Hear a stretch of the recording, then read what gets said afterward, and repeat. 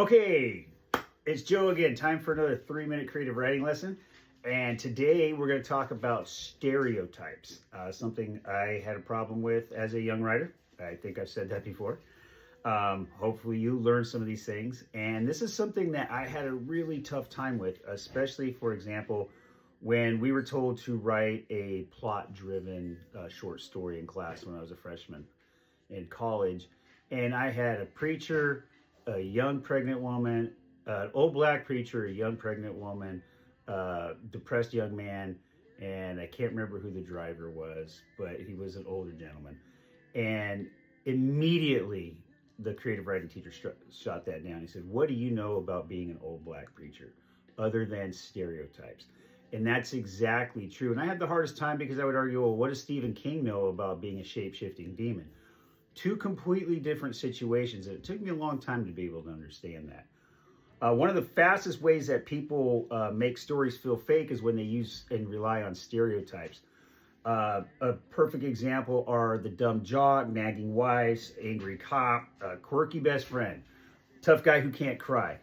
And the problem is that these people, it's not that they can't exist and that they don't really exist, but real people are actually very contradictory and are contradictions of themselves.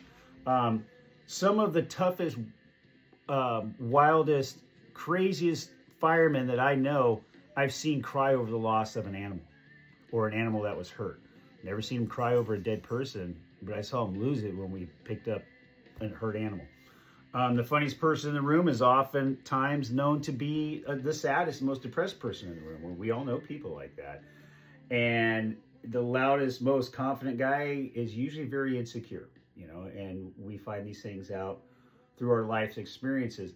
So people are complex and they're contradictory, and that's what makes characters believable. So if you're going to write, like, say, a biker, is this a biker also a grandfather who's devoted to his grandchild, who doesn't miss a softball game, or he likes to garden?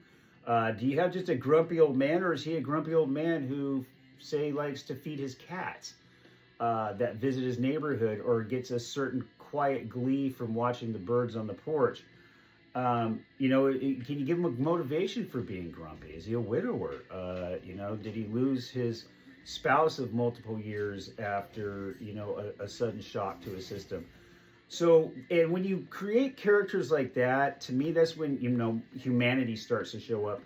And readers can feel the difference right away. They know that you're dealing with a real person and a real situation, and that brings some just cohesiveness to the story you're trying to tell. Because the goal is not to create perfect characters or perfect people in our stories, but people and characters that our readers can recognize, and that's flawed people, complicated people, and contradictory people, and characters that just act like human beings.